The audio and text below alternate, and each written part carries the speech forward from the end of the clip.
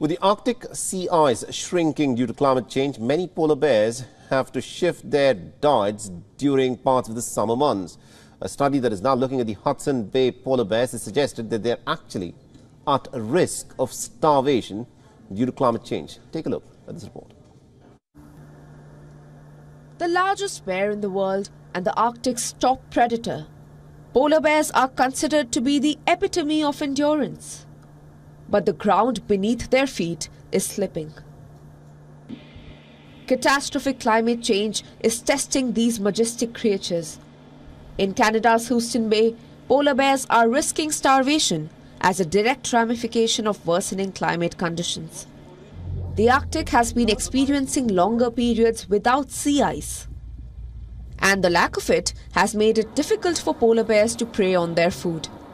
A recent study has revealed that polar bears are being forced to spend long hours hunting for food on land, a process that has caused a shift in their diets.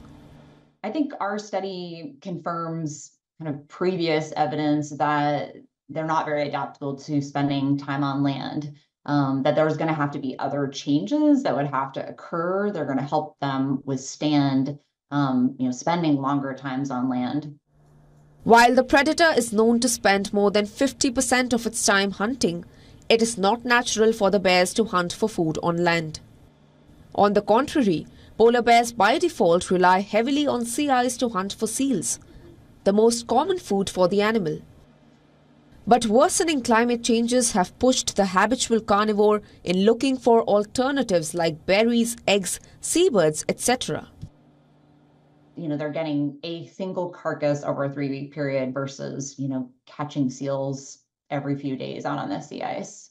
So it's just a big difference in the availability and quality of the food resources they can get when they're on land.